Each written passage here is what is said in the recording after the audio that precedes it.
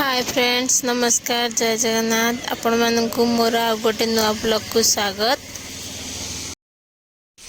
चलतु आज ट्रेन रे बसी जिबा गोरखनाथ धाम। देखो आम फैमिली सब बसचु, मुझे अच्छी मुझे तो मोबाइल धरी देखा जाऊनी।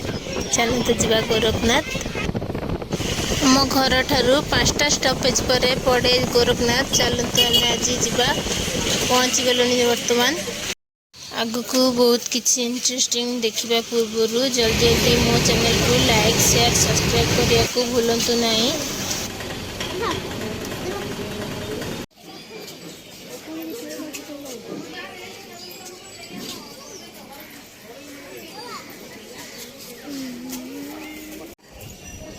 मंदिर भीतर को प्रवेश करिया मात्रे गोटा बड़ पोखरी अच्छी से गोड़ हाथ धोयापी व्यवस्था रही।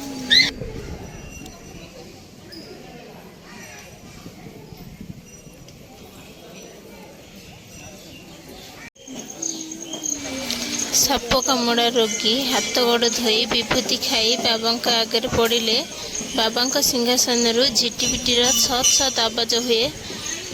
पूजारी जानीपारती जे रोगी भल हो सतु सत रोगी उठी छिड़ा हुए एवं कथा कहे जे मत भल लगुच। केवल साप नुह जेकोसी जीवजंतु कामुड़िले एठी भल हो जाती बाबा आशीर्वाद। प्रायतः 200 वर्ष है बाबा यही मंदिर रे पूजा पाई आछंती। जो माने संतान संतति पई कष्ट पाउचंती एठारे डोरी बांधी निजर मानसिक पूरण करती। गोरखनाथंकर विभूति को डेउरिया पूरेकी बांधिले छोट पिला माने आ डरती नाई।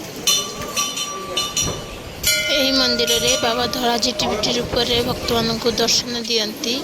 एक कथा स्वयं पूजारी निजे कहते। बाबा गोरखनाथ स्वयं शिवंकर स्वरूप अटंती। सी अवस्थान कर ग्रामर ना केरेकेरा ग्राम।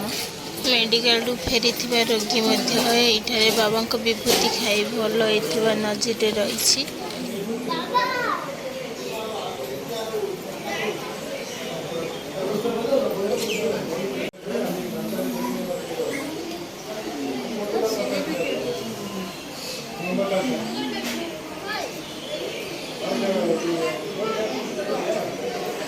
यही मंदिर रे प्रत्येक दिन शह शह भक्त दर्शन पाई आसंती।